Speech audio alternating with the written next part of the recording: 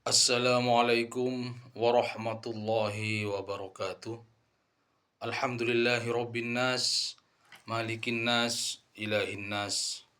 Wassalatu wassalamu ala ashrafin nas, Sayyidina Muhammadin habibi wa qurrati a'yunin nas.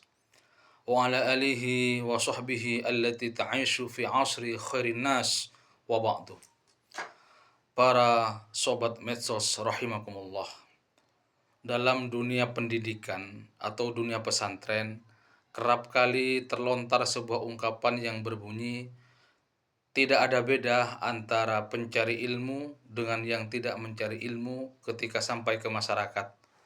Toh ujung-ujungnya juga pasti lari kepada pekerjaan sehari-hari, yang petani tetap kembali ke pertanian, yang melaut tetap kembali ke laut dan sebagainya. Artinya, seakan-akan tidak ada beda yang mendasar antara orang yang mencari ilmu dengan orang yang tidak mencari ilmu ketika tiba di tengah-tengah masyarakat.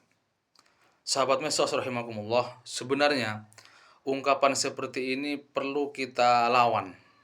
Mengapa? Sebab karena Allah Subhanahu wa taala sendiri menegaskan dalam Al-Qur'an bahwa tidak sama antara orang yang berilmu dengan orang yang tidak berilmu meskipun pekerjaannya sama.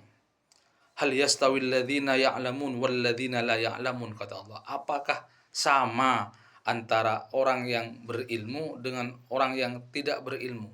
Ini istifham ingkari yang bermakna tidak sama. Hal yastawil ladzina ya'lamun wal ladzina la ya'lamun. Tidak sama antara orang-orang yang berilmu dengan orang-orang yang tidak berilmu.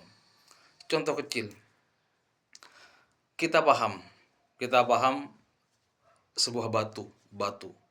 Batu yang ada di aspal, yang ada di jalan, yang bernama batu cor, itu sama jenis namanya dengan batu yang ada di dalam perut manusia yang bernama batu ginjal.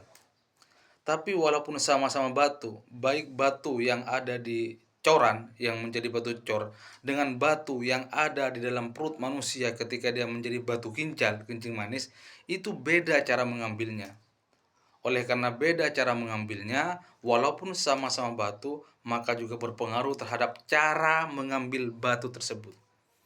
Ketika kembali kepada cara, maka akan kembali kepada ilmu yang digunakan untuk mengambil batu tersebut. Kita lihat kualitasnya.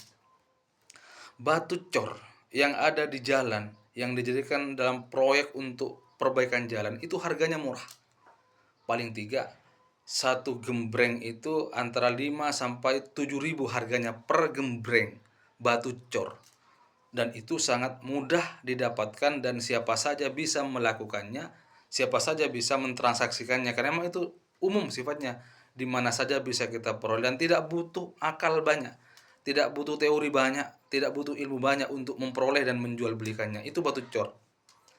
Tapi yang kedua, batu ginjal atau batu penyakit yang ada di dalam tubuh kita ketika orang itu kena kencing batu, itu wajib diambil juga, tetapi dengan cara teknologi, dengan menggunakan ilmu pengetahuan.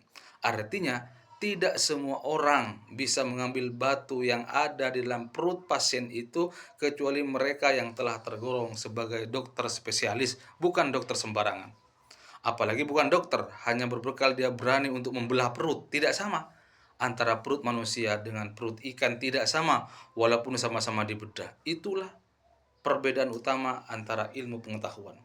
Walaupun sama-sama batu, antara batu cor dengan batu ginjal, tetapi cara mengambilnya itu beda sekali. Kenapa? Karena yang satunya cukup pakai tenaga, pakai kekuatan, tapi satunya memakai ilmu pengetahuan dan keahlian. Disitulah bedanya ilmu pengetahuan. Sebab itu, para sahabat Mesos Allah, tidak salah kemudian ketika Kanjeng Nabi bersabda, "Man arada dunya fa alaihi bil ilmi, wa man arada al akhirah fa alaihi bil ilmi, wa man aradahuma fa alaihi bil ilmi." Man arada dunya fa alaihi bil ilmi, barang siapa yang ingin mendapatkan dunia, fa alaihi bil ilmi, maka harus menggunakan ilmu pengetahuan. Wa man arada al akhirah, barang siapa yang ingin kehidupan akhirat, fa alaihi bil ilmi, maka juga harus menggunakan ilmu pengetahuan.